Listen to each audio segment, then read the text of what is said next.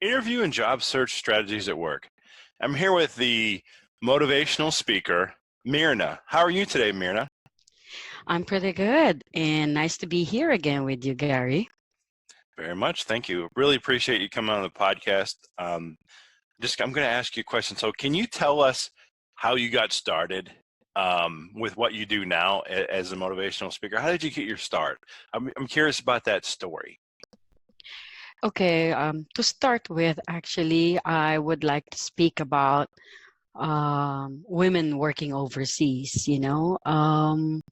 I had no clue that I will be working overseas because that's not part of my dream when I was back home. Now, a lot of things change because of what happened in my life, and I had to make that big decision way back in 2003. Okay. Now, as you know, that we can say now that in modern times, our time, especially now, that the only constant is change. Now, women's role has changed dramatically over the decades. Now, from being domestic oriented, child rearing, taking care of the family, doing household chores, women started participating in different fields and has become partner to their spouse to financially provide for the family. Now, as the change in lifestyle occurs, this made women persevere and assert their independence in many aspects. Now, women would prefer to be financially independent and has proven to be successful in their chosen field while working side by side with our male counterparts. Now, over the years, women are becoming part of the growing statistics of workforce going overseas. I, for one, way back 2003, as I mentioned earlier, and that was 16 years ago, leaving my 3 children to work overseas was one of the most difficult choices in my life. Because my eldest son was just 11 at that time, and my second son was 7, and my daughter was just 4. It broke my heart into pieces, but I had to make that big decision because I want to make sure that I provide for them with their education and everything they need, that we will be okay in time, because it's a lot of preparation, like having 3 kids, raising them on my own for a few years. It was not an easy job, because my eldest son had to be a father and a mother at the same time. And he was just 11, So to me, it's now I look back, it's our life now is, I would say, a very fulfilling one. We still have struggles, bits and pieces here and there, but we are in a position that we understand and we love each other and we respect each other and we love what each other is doing, actually. Now, coming to the Middle East was a big question mark to my family, actually, because I was having a good job when I was back home. I was operations manager. And to be quite honest, coming to Kuwait is a demotion for me because I was down to a store manager position. But my perspective in life, and I always believe in that, it's not about the position. It's the fulfillment that you get out from whatever you're doing, So I accepted this job thinking that I need to pick up the pieces of my life, and I want to make sure I will be a good provider for my kids. And of course, making sure that I find myself again. Now, why the Middle East? That's the big question with all of my family members, because I'm the only one here in the Middle East. Most of them are in Europe. My sister got married to an Italian. My aunt is in Great Britain. And most of them in Europe, actually. And it's not about just working, but they're there because their spouses are there.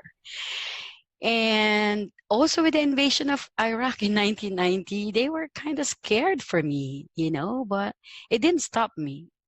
To me, this is, I believe, where I will get back on my feet and find myself again and be who I want to be. So a big struggle on my kids because I left them with nannies. And I don't have my parents anymore. My sister migrated to Italy in 1995. So I had no choice but to leave them with caretakers. And that was very challenging for my eldest son because my eldest son is my best friend at that time. And that's why he didn't want to let go of my luggage bags when he was, when I was about to leave for Kuwait, because he said, I will be losing my best friend. That was really heartbreaking, but I explained to him, one day you will understand why I'm doing this.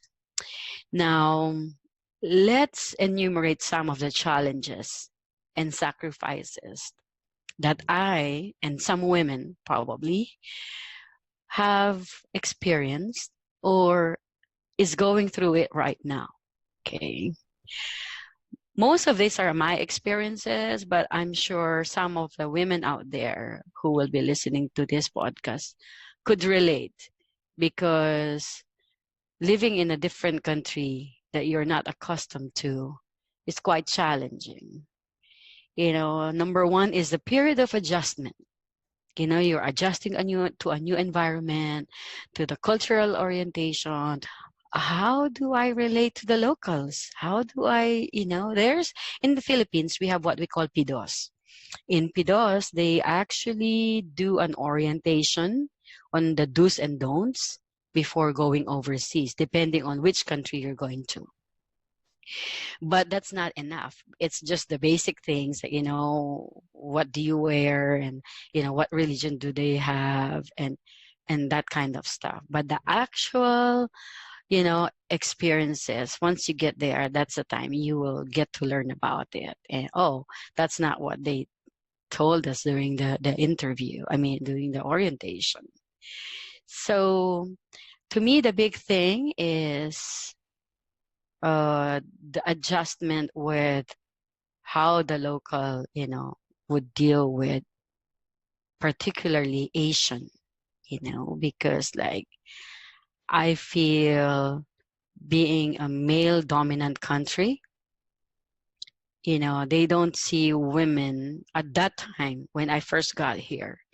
Women is perceived to be at home, so when they see people in the shops, in the restaurants, like women, especially like in my case, I'm Filipino, they think all the Filipinas in Kuwait are mostly working in the house.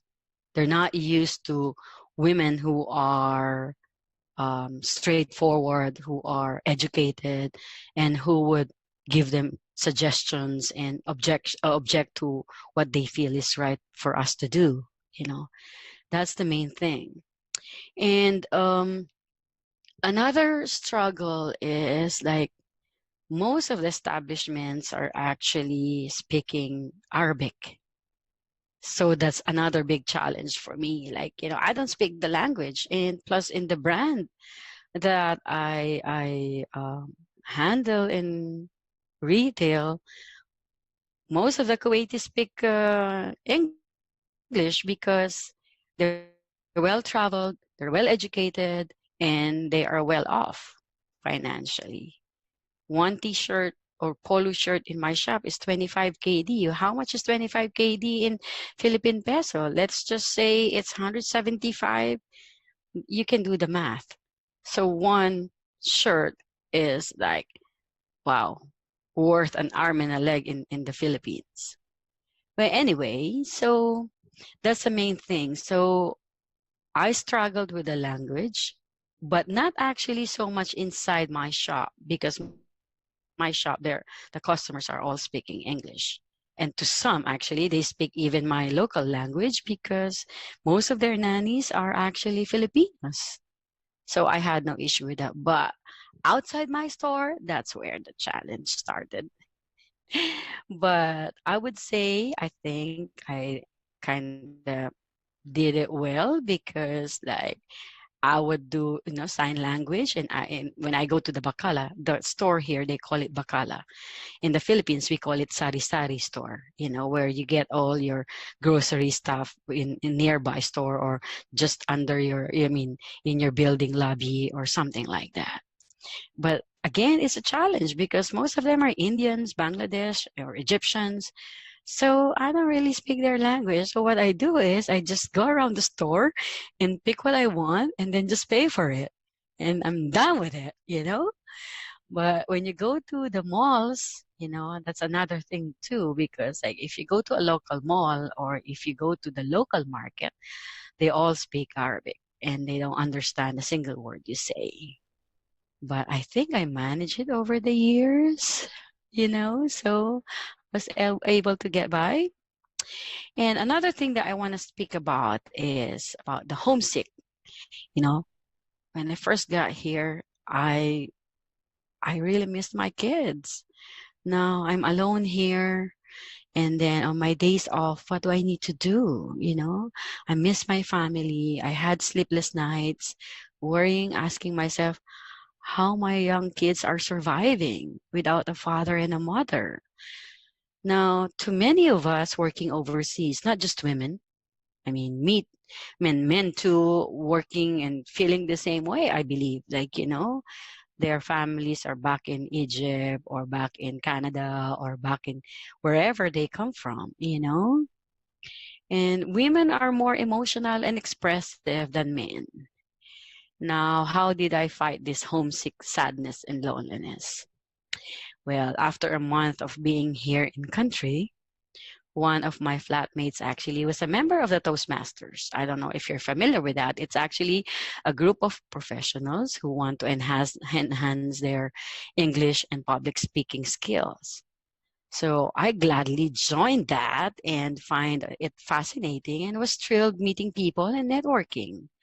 I learned a lot from different groups and it made me a better communicator. Now, my fear of being and speaking in a big crowd slowly diminished over time as I come to their meetings. I have to stay away from the drama and being emotional, especially when I'm thinking about my kids. I had to make it work. So I had to find something that I can divert my attention and make sure it helps me get to where I want to be in less time. And also, I always do walking by the seaside because that gives me a sense of peace and tranquility, and somehow gave me the right perspective on where I want to go and what do I want to do while I'm here. What can I do to improve myself, not just professionally in my career, but as a person. So that's how I reacted to this homesick, dilemma that most women, or most people for that matter, experience while working overseas. Now, another thing that I would like to talk about is financial control and stability. Well, providing for my 3 children, paying for the utility bills and bank loan was never easy for me at that time. I was alone doing it for a few years and sacrificing, budgeting my money to spread the abundance and making sure my kids are well taken cared for and pay for all the bills at the same time. And also I have bills here to take care of. But I kept my focus and made sure that I do not spend beyond my means, because I come here and I know I'm getting a little bit more of what I was getting back home. So I make sure I make a list. I made a list of all the things that I needed to pay for and get done and settled. And then the things that I have to do on a monthly basis, and the things that I have to pay for on a daily basis for my sustenance. Now, being debt-free for me gave me peace of mind and kept me on my purpose. And that is so clear to me because like I've witnessed some people here. They have been here for a long time and nothing happened to their lives. You know, I don't have any problem telling my kids whenever I come home for my vacation that this is the only money we have for right now, and this is for the bills, and this is only the money left for us to do recreation. I am always transparent to them in their very little young age. I make them understand our financial standing because I believe once you are honest with the kids, they would understand. Maybe not instantly, but as they grow up, which was true with my kids, as they grew up, they understand why mom is saying this and that. It was never easy. Don't get me wrong, because mostly kids, of course, they don't understand like, why is my mom working overseas and I cannot do this? I thought we have more money and we cannot still do this, you know? But I make them understand we have bills to pay, we have loan to pay, and this is the only money we can. I don't want to be borrowing money from anybody because that will give me more sleepless nights because I'm thinking, oh, my paycheck will have to go there right away because I owe some money here and there. I don't want that. And I don't want my kids to see that as well. So I made that promise to myself, you will live within your means. Now, to some people, some Filipinos I've witnessed, I'm not saying this is only true to Filipinos, but to some people, like, their lifestyle changed. So before they were not wearing that much gold, now they're wearing a lot of gold. I don't blame them because probably they never experienced that before. And now that they are earning more money, they think that now I can afford it. But it got offhand, and then now all their paycheck goes to their, creditors. Now, to some, it's also addictive because like, oh, on the sale time, I buy a lot more, which at one time I did too. But, when I realized, no, I'm not going to do it myself because I work in retail. So I know all the promotional, calendar, and I know when this shop is going to be on sale and I need to buy it, things like that. But I realized it quickly and I pulled myself away from that. And I want to make sure that, hey, no, stop, Myrna. That's not why you are here. So,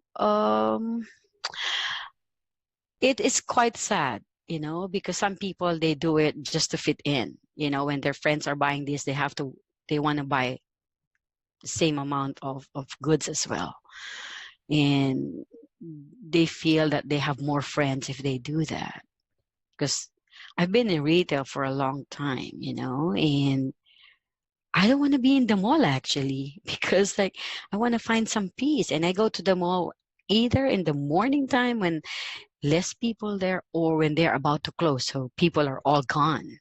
I don't want to be mixed with a lot of people. It's so crowded. You waste your time waiting on the queue and the cashier. That's not just me. And when I go to the mall or I go to a place, I know that I have a purpose there. And after that, then I leave, so that I don't get to spend more, Now, to some people, that's not it. I'll give some tips to the ladies, okay? It is more economical and practical to buy presents when or during sale or promotions. Now you get to save up extra bucks and give them, the things that you feel, will amuse your family, and keep it on the side and make it ready for your next planned trip. In this way, you save a lot of money and you're not in a rush in the last minute shopping. I mean, that's how you do it. I mean, it worked for me, and I don't see any reason why for some women, instead of like just buying on the spot and then tomorrow you're traveling or the next day. So make it a habit to, buy ahead of time, but don't buy much. Buy only the things that you think they might need or they might like, and you save up a lot of money in that time. Before coming to Kuwait, I had a 10-year working experience in a management role in several well-known establishments in the Philippines. Well, to my surprise, with my first company I worked for, some of the managers were not well educated and less experienced too, but were getting fat paycheck because of their affiliation. And they call it here wasta. And to some, because they're a native speaker or they speak the language. But to me, instead of dwelling on this sad truth and reality, I took that as an inspiration to motivate me to get better at what I do each day. So I started my way of motivating my people. And sure enough, we are always early bird. No, I hit my target. That's why we always get recognition from the brand team as the early bird achieving the target before end of the month. How did I do that?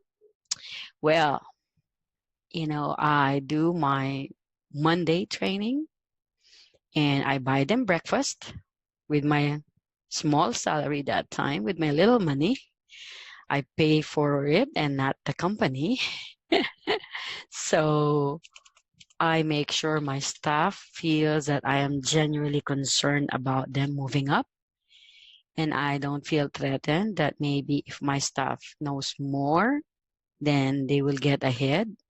I would be so happy and proud that I was part of that success, you know? So most of the managerial position here at that time, 16 years ago, were offered to male managers only, you know? But I was one of the luckiest people that I get to be here, and I was given the free hand on how I would run my shop. And I believe you get that from, the respect they give you, and they trusted all my marketing strategies that work for the store, because you have to prove yourself that, hey, I know what I'm doing and I know what I'm saying. It's either you do it your way or you do it my way. And since I've proven my worth and they trusted me to train their managers on the marketing strategies, then I started making a little name. But that didn't get into my head, because to me, okay, I'm training managers, but I'm offered only 30 or at that time, I think 50 KD increase by the company. It's still, my salary was very close to an Arabic staff, but I didn't mind, because to me, I know, while I'm trying to learn about the country, the business, and the demographics and the customer data, then I learn from them and they benefit from me as well while I do my strategies. So it's a win-win situation. And then later I would apply for a better job. Once I know that I can handle it and I know everything and I know my way in and out, then it will be easier for me to find a better job. So that's the main thing. Another thing that I'd like to talk about is relationships. Okay.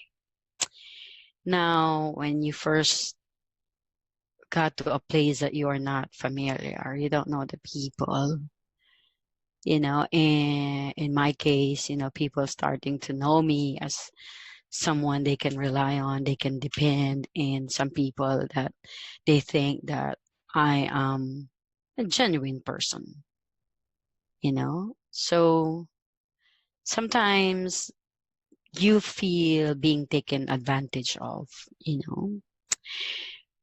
But To me, I don't look at it that way because I consider each one who has been part of my life as my teacher of life's lessons, you know?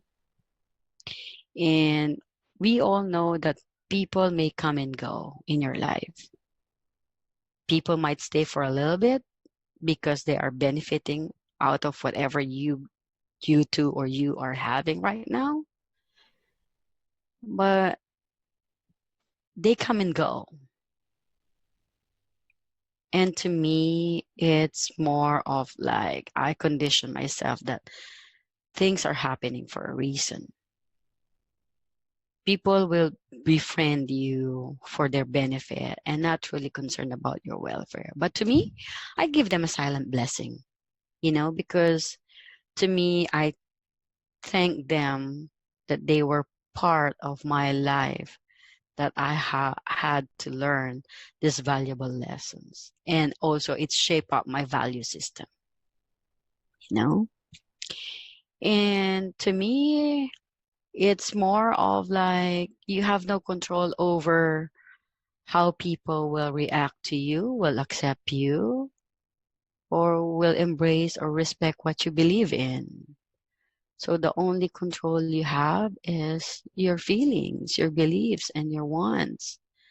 So how do we want to, live our life is actually on how we accept, we respect, and we embrace what we believe in and not impose that to the other person.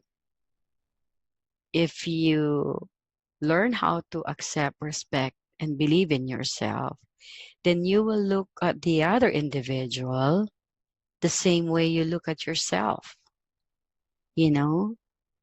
and whatever you see that might not be considered as pleasant or not ideal, you have a choice. Either you tell that person about it and you talk about it, or you think about it first and try to absorb that and process that and know how you would react to it. And that's how it worked for me. Because like anyone who has done some hurtful things to me, now they are all my friends actually. Because at first they shy away because they know what they did. But I welcome them and they're part of my family. I consider them part of my family because I've learned a lot from them. And I wouldn't be where I am now if not because of them. So relationships will always depend on how you look at yourself and how you look at other people. And to me, I would leave this relationship topic with, or by saying that the main thing with the relationship is setting that relationship is knowing first what you want and what you can offer, and communicate clearly and come into terms with yourself first before getting into a relationship. Because once you know what you want and what you can offer, then you can talk about it to a partner, a friend, or a group, a colleague, or whatever it is, what type of relationship you're into. First, know what you want and what you can offer. Then be clear about it. And, because the main thing is if you set expectations, it's bound to fail. It's bound to fail because your expectation is different from the other. Now, it can probably work out if you can come to a compromise. Hey, this is what I believe in, and is this okay with you, or you approve of it? Or because once you are clear on what you want and what you can offer, everything will flow smoothly. But if you are, I'm going to sacrifice this because this person doesn't want it. No, because you will get burnt over time. And you will say, I'm tired. I'm always giving way to you. I'm always understanding you. And it's bound to fail. And then later you'll not be able to fix it. You know, I know that from my experience, because before I get to this higher level of awareness, you know, this is what I grew up with. This is what I believe. This is what my parents taught me. So I should be this way. And that was totally selfish, because I thought the person that I have a relationship with or my colleague should believe the same way, should believe in what I believe in too. But that's kind of a self-centered thing, you know. So again, know what you want, what you can offer, be clear about it, and communicate. The main thing in any relationship is communication. Don't second guess your partner. Don't second guess your colleague. Some people might think, oh, if I ask this, maybe they will think I'm stupid or don't worry about what they will say. Because regardless of what they say, you know, it's going to be on you if you don't ask that.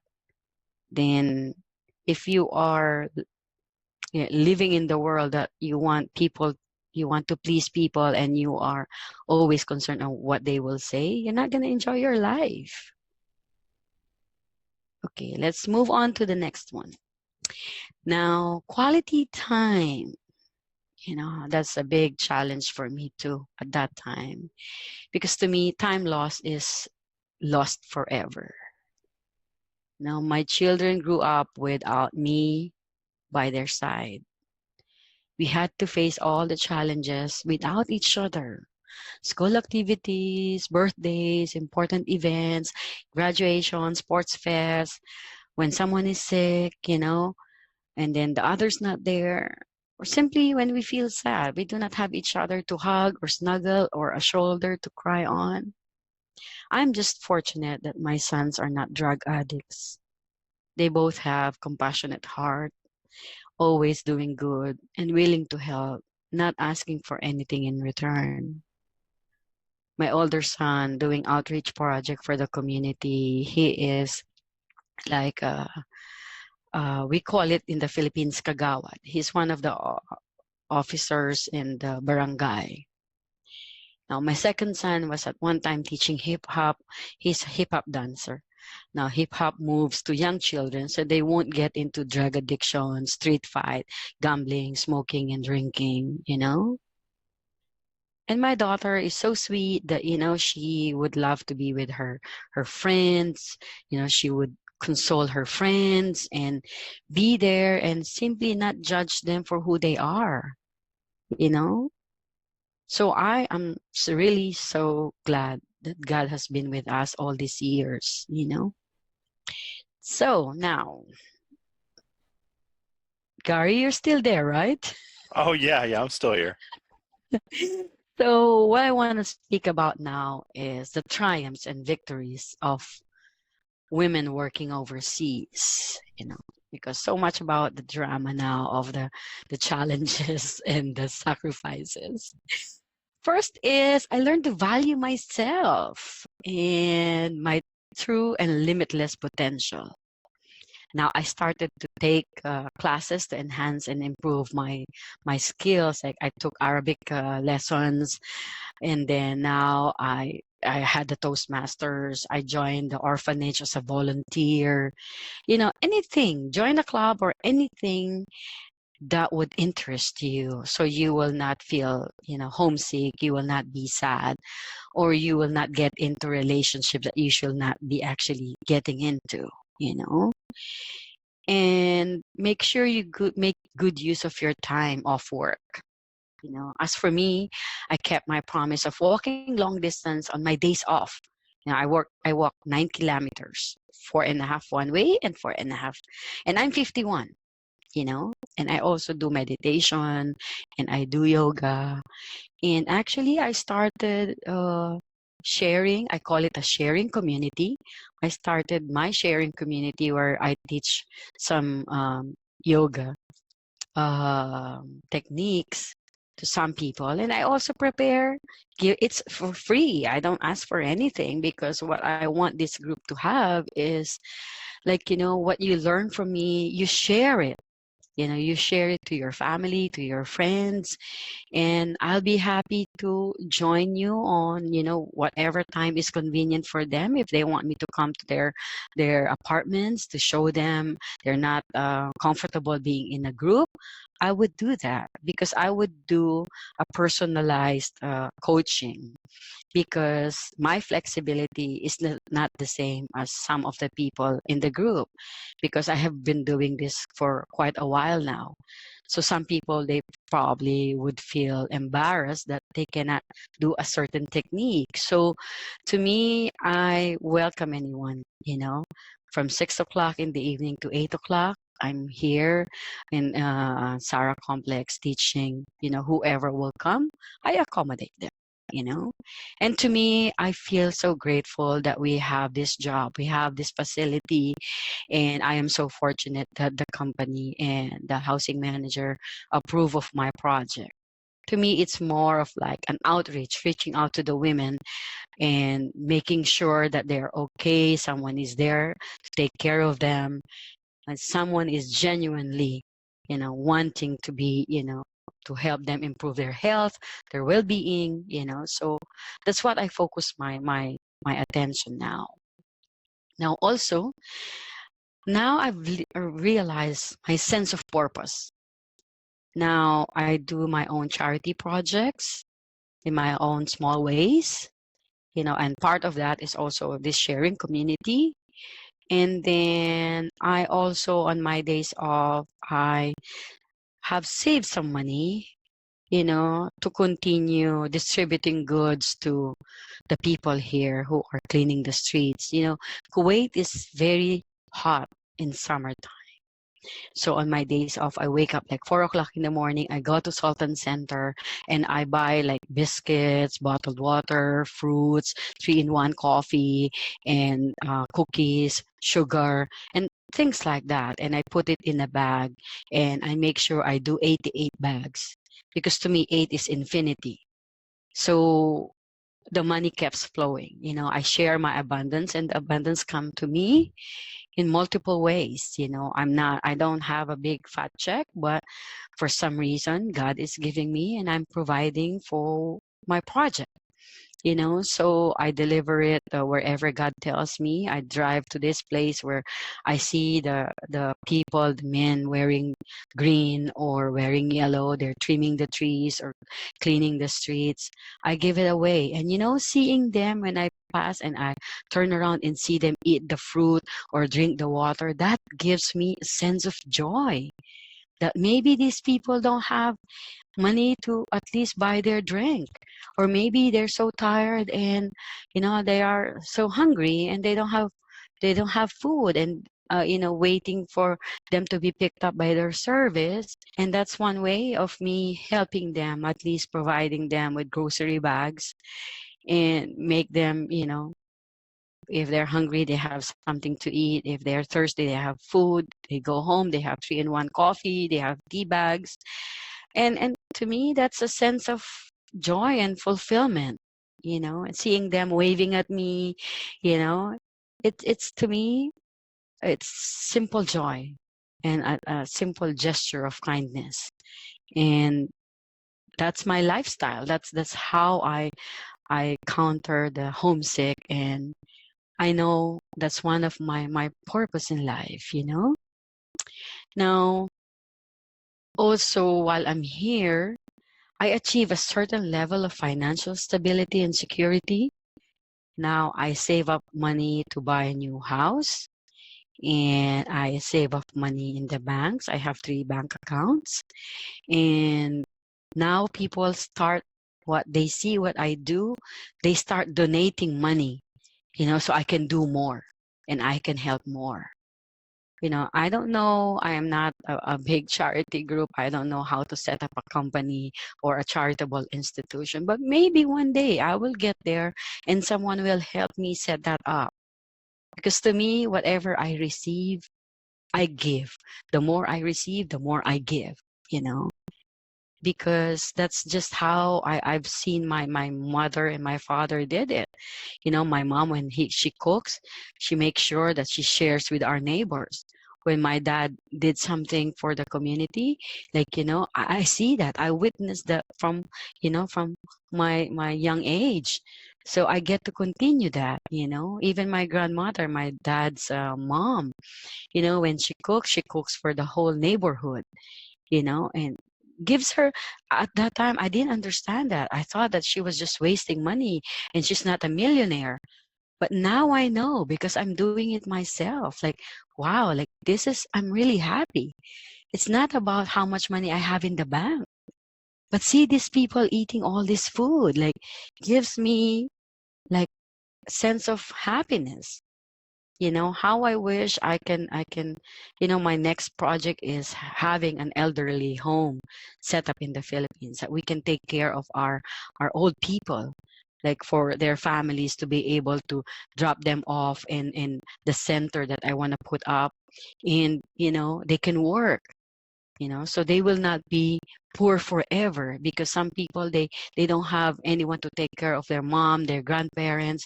So they're all stuck there taking care of each other with little money, because some people who can actually work cannot, because they cannot afford to pay someone to take care of their elders. And I really want to do that, but inshallah, one day I will be able to do that. If not, maybe my kids will continue the legacy that I started. And another thing is, I'm not concerned about the dollar or peso value of everything I do. No. Because once you do that, like, I would do this because this is how much I will get. You are setting a parameter on which that you are limited. I do what I do now, not because I can afford it, but because I want it. Once you have reached that certain stability in your life, you change the way how you think. As Dr. Wayne Dyer, my mentor, would say, change your thoughts, change your life. It has a big influence in my life, I consider him as one of my best gurus that I've learned a lot from. When I started, and that concept is also with Lao Tzu. Lao Tzu is a simple man, because some of us, once we get to a certain level, we edge God out, as Dr. Wayne says, edging God out, ego, the big ego. We take over, and we think that we can do it now because we are equipped with all these high-tech gadgets. We are equipped with all this high education and all that. And we feel that we are mighty and greatest because of who we've become, Later, you will be without them when you leave this world, I'm not saying there's something wrong. Actually, I thank the people, the geniuses who created the technology that make this podcast possible. And now you can contact your kids, even they are out there in the Philippines and I'm here. We can see each other. So that homesick is gone now because of the available resources we have now. So make use of it, make good use of it, and not use it to deteriorate and to make yourself worse and to abuse people and to get you off your real purpose. Use whatever you have now, the resources you have, the technology you have, to reach out to people, to do what you want, and to make sure that you progress from there, because it's not just all about your title. It's not just all about who you are now. There's more to life than that. If you're a mother now, it's not just about, raising your kids, because later your kids would have their own families. And now you will feel like, I'm alone again. So from this time, that's why I'm sharing these experiences with you. From now that you are on your young age, it is really good that this information, these resources are available to you for you to use as tools to guide you. During my time, there's nothing like this. And I'm not a high-tech person. I don't know. Even now, I have a Samsung S10 Plus. I don't even know how to use that. I use that just for video call with my kids and to send messages to my teammates in the work. And that's about it. But the other functionalities, the only reason why I got that phone is because my S6 died. You know, if it did not, then I would still probably having a Samsung S6, you know. But it doesn't bother me because it's not about what I have. It's about how I live my life, you know.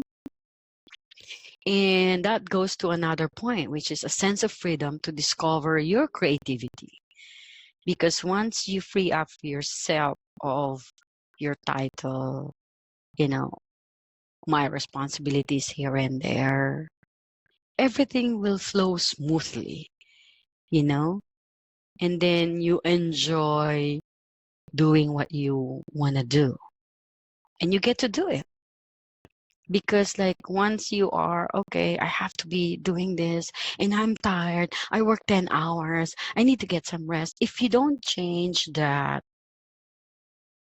you know, mentality, then I'm 51 and I'm doing yoga every day, sometimes 3 times a day, you know.